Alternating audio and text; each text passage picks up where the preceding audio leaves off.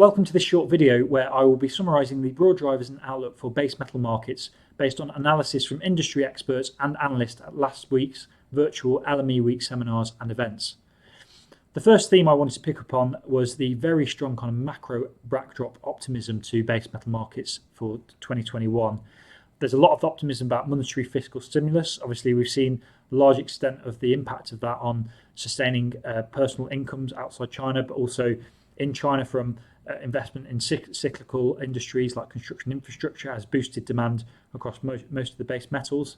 We've also seen weaker dollar expectations feeding into the expectation of higher prices next year, assuming obviously a Biden victory in the US elections and a big US fiscal package. We also might see that fiscal package coming into effect in the EU as well, and that's likely to that's really been driving some optimism about electric vehicles and building back the economy greener from the pandemic, which has been positive, particularly for metals like copper and nickel. The other fear is that you have all this fiscal support that's being implemented and all these aid packages that governments are really going to use financial repression, that's particularly in developed economies, to really finance that debt and deal with that debt.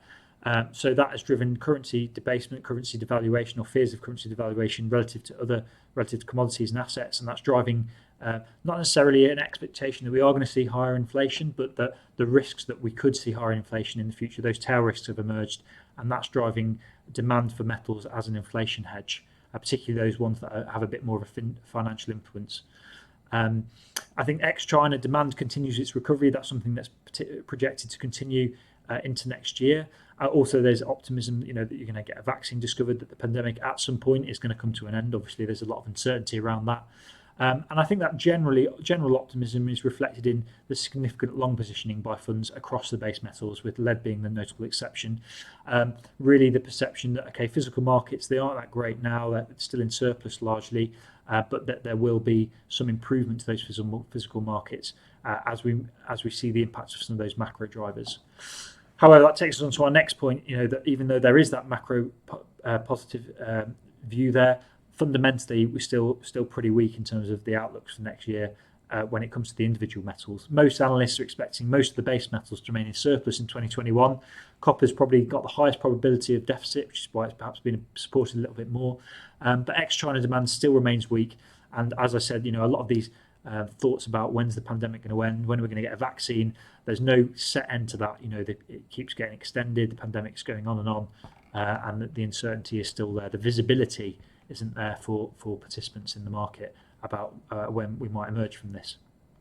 I think the possibility is when we see this recovery, it's going to be a long slog. We've had the main rebound, obviously, in China this year, but the subsequent recovery is going to be a bit of a long slog. There's going to be some scarring from the pandemic in terms of the long-term impact on demand.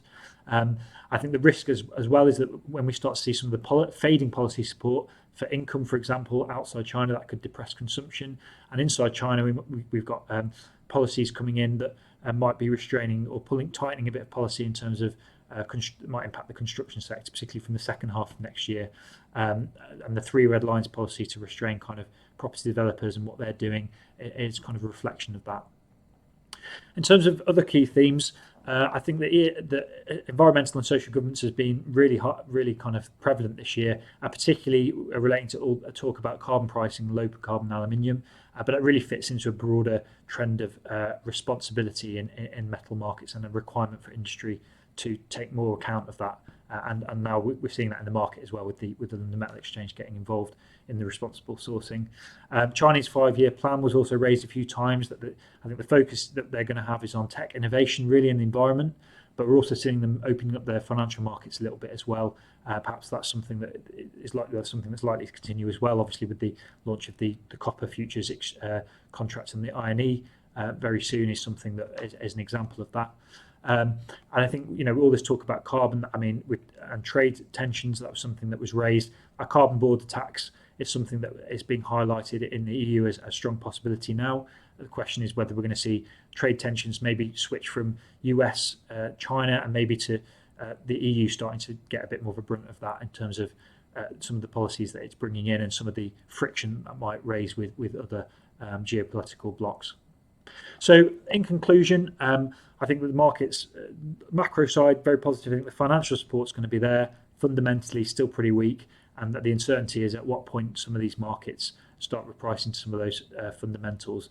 Are we going to see those expectations about stronger demand realised, or are these financial participants being a bit too optimistic? That's really the what we need to look for next year. So that is it for me in terms of an overview of the base metals and the broad drivers. What I'd encourage you to do is view some of our other LME week videos that we've been putting out, and they include really a very specific drill down into the individual drivers of each of the LME metals and an outlook for those. If you've got any questions on this video or any of the others, then feel free to contact me directly.